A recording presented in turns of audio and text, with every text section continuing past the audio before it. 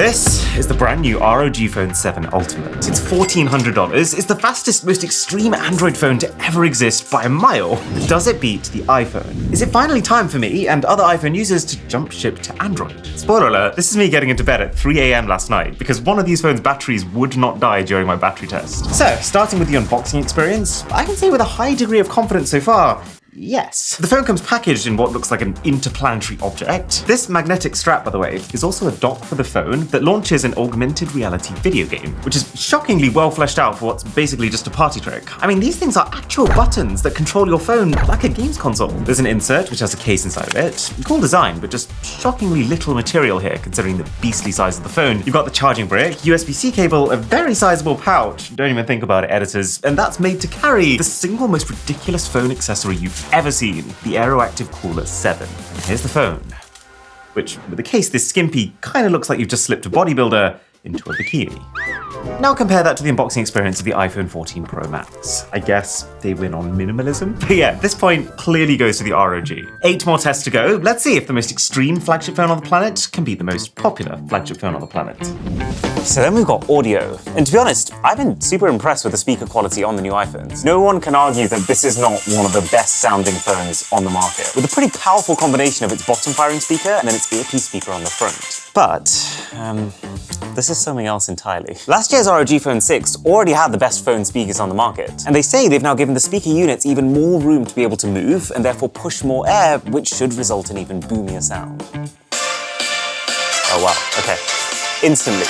You can probably hear this all the way to Apple Bar. Wow. It is insane how much better that is in the iPhone. It's louder, the bass is thumping, and the position of the speakers makes it feel like the sound's being fired directly into my ears. But then it just gets silly good when you use this. So this ROG company's been making coolers like this for generations now, and every time they release a new one, they add a key new feature to it. So at this point, we've got a kickstand, a headphone jack, physical buttons, LEDs, a portal that opens up on the phone to allow it to pump air directly over the chip itself. But this time round, it's also a subwoofer, or in other words, a third speaker designed specifically for bass. So just by locking it in like this, you hear the difference. It's adding a whole other layer of warmth and richness to the track.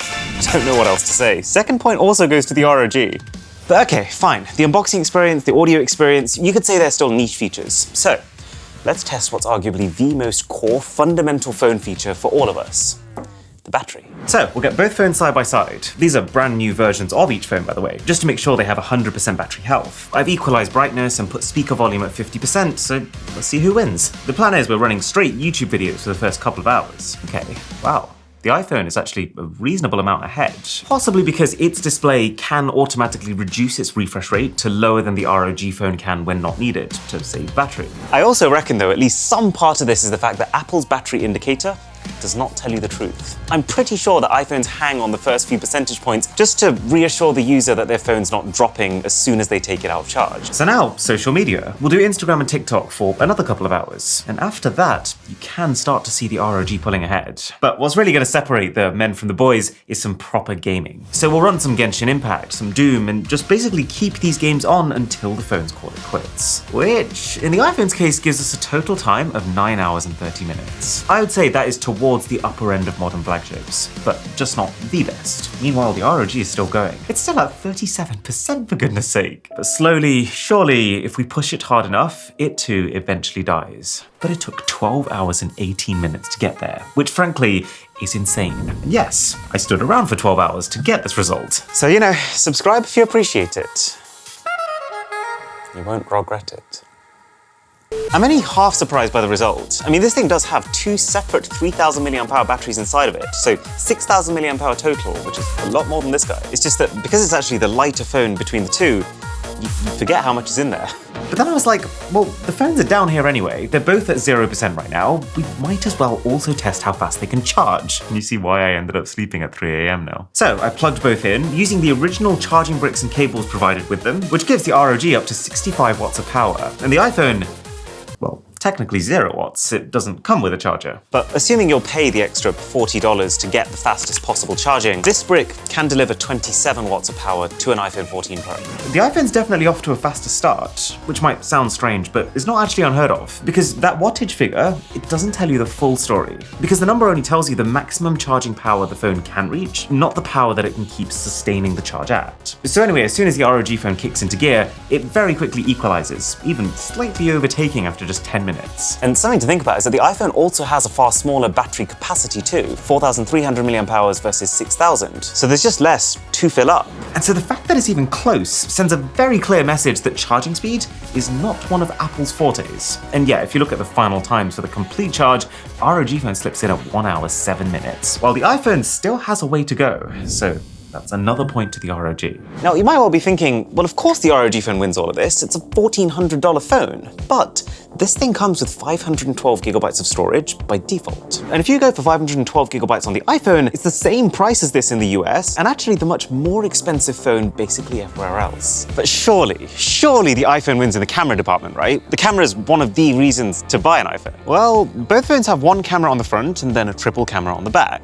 And there's probably not as much in it as you might expect. The ROG has more natural background blur when you're taking selfies. It's just as sharp in 98% of situations, extremely good at those difficult dynamic range situations, arguably better than the iPhone. Not to mention that it has the power to shoot full 4K slow motion, which is far beyond the 1080p that Apple can do. But where the iPhone does pull ahead is intelligence. It's the way it identifies and treats faces so that they're the center of attention. The way it uses all of its sensors to focus on subjects instantly, even for finicky, difficult objects that most phones would struggle with. Plus, just generally, the video. Video requires far more advanced processing to be able to pull off well than a simple photo. And this is where the years that Apple has spent refining really pays off. So that brings the score to 4-1. One thing that I think will be a really interesting experiment between these two is Wi-Fi speeds. Because on one hand, most of what the average user does on their phone is internet related, and so you would kind of expect the most popular flagship phone to have that internet aspect completely nailed down. But then again, this thing is all about shaving off milliseconds of lag when you're playing online competitive games. So who actually wins? All right, let's start with the iPhone. We'll do Google's speed test. Wow, okay. It's not too shabby considering we're tucked into an attic. And just over 40 megabits up. Same thing for the ROG phone. Ooh. I mean, that is an absolutely enormous drop-off. That's really, really slow in comparison. But just to see if I could get a result that felt a little bit more reliable, I also ran the test 10 more times in a controlled environment, but there were actually no consistent trends. The ROG seems to have higher peak speeds, but the iPhone seems to have more consistent speeds, especially when it comes to upload. But there's enough variation that I'd say, call this one a draw.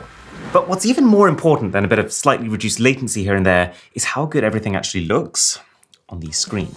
So they're both huge displays. The ROG is actually even slightly larger, but you probably wouldn't notice without a side-by-side. And they're both better in their own ways. So the ROG is technically a faster display. You know how phones have been dialing up from standard 60Hz to 90 and to now the 120Hz displays that we see on pretty much every 2023 flagship? Well, this thing has a 165Hz display.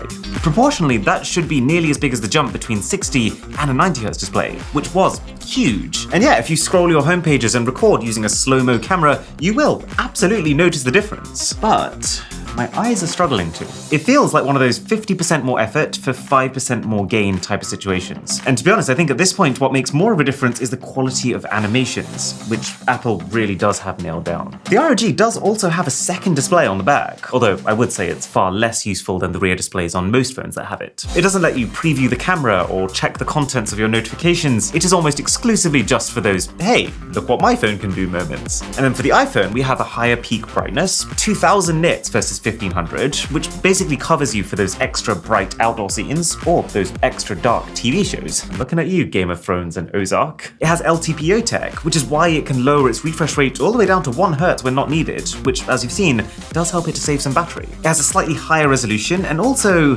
symmetry. I'm fully aware that the reason this ROG phone has these top and bottom bezels is that people like something to grip onto when they're gaming, not to mention in order to fit these massive speakers in. But I am just too much of a sucker for things being aligned and neat. So for me, iPhone takes the Best Display award. But now it's time for the big question. performance. I don't know about you, but I definitely hear a lot about how Apple's Bionic chips lead the pack, how they're 2 years ahead of the competition in terms of power. I mean, Apple's actually reached the point where they've started releasing new phones using the previous year's chips, which if I've ever seen a sign that a company is comfortable that they're ahead, it's that. But then this thing is geared for performance. Performance is what these ROG phones are all about. So let's start with some benchmarks. Opening with Antutu, which is a very general test that looks at all aspects of your phone and gives you one number to summarize its performance. And for this, the ROG is coming out over 30% higher, which is ridiculous. That's more than a generational leap. Bear in mind, I have attached the Aeroactive cooler onto it, which can apparently cool its surface by up to 25 degrees Celsius, and so will naturally improve its performance. And yeah, that's not completely fair to the iPhone, because that's not being cooled by anything. But then again, the cooler did come in the box, so I feel like it would probably be more unfair to not use it. So then we've got GFX Bench, which is going to focus solely on graphics. The entire reason we even need to run multiple benchmarks, by the way, is that while we all do love the idea of just one number that summarizes all performance, actually comparing numbers between Android and iOS is a bit weird, because even the benchmarking apps themselves are two different apps built on two different lines of code. That said, if we take multiple tests and we see consistent trends, that should be enough for us to make a conclusion. And it's going pretty well so far for the ROG, with it finishing this test with almost double the performance. What? But then with Geekbench, which focuses on the CPU, the iPhone is ahead, and not really by a small margin. So to get to the bottom of it, we're just going to run benchmark after benchmark after benchmark, until now, where I have a result I'm confident in. So essentially, Apple still has the lead when it comes to CPU, and no amount of cooling or overclocking on the ROG's end can make up for that gap. But top-level Android phones currently have a better GPU for gaming, especially helped by this cooling, not to mention faster memory too, so anything that looks at overall system performance is going to rank this phone higher, which really makes the category a draw overall. But it's one thing to have these theoretical numbers. What about the games themselves? Because something I've definitely been told multiple times is how games on iPhone are just more optimized on average than games on Android. And so the numbers don't tell the full story. So here's my favorite. This is Bloons Tower Defense 6. And it's going to allow us to basically cover the screen in enemy balloons, creating vast amounts of particles on screen, as well as damage calculations that need to be made to see which phone starts to lag first. Okay, so let's start by sending 999 medium strength enemies on screen. So right now this is performing millions of calculations per second. You can see a little bit of lag just there, starting to drop a few frames, but it's definitely still playable. So let's see what happens if we send in 999 of the strongest enemy. Yeah, okay, you can see it start to chug. You can only be impressed by how much is actually happening on screen at one time. Right, time to see what this ROG is made of. You can instantly tell the saturation of the screen is way higher. Let's try the medium enemies. I think it's either about the same or slightly better. But yeah, you can tell it's not running at its maximum frame rate. Let's try the big boys. I think this is actually slower than the iPhone. There's more lag here. So it could be the iPhone's better CPU helping out with all these calculations, or potentially just the app being less optimized on Android. So this is not a bad result by any stretch of the imagination, but it is kind of funny in that you got this whole gamer phone where every single decision about it has been designed with games in mind. You got a cooler that's half the size of my face, and yet the end result is not dissimilar from a phone that just looks like it's not even trying. Which is enough for me to say, this is a really great phone for someone who's already an Android user, but just not quite enough to warrant an entire shift in ecosystem. But whatever phone you decide to use in the end, if you want to make the most of it, this is why I strongly recommend Surfshark VPN. See, every single time you connect to the internet, your personal information is being shared with not just your network owner, but every company whose website you visit. And there's a whole load of situations where you don't want that to happen. Like, it's a pretty common thing for criminals to set up free open public Wi-Fi spots for the sole purpose of collecting people's data. With a VPN though, your data goes through a server before reaching the other parties. And the goal of the server is to basically scramble your details to make you anonymous. As for why I recommend Surfshark particularly, well, the app is really robust. I've used a lot of shoddy VPN apps. This is not one of them. You get a ton of extra privacy features included with it, and also it's stupidly cheap, which just give you that peace of mind that you're being looked after. Using the code BOSS, you end up at less than $3 a month, which because that can cover multiple users, per person can end up as literally cents.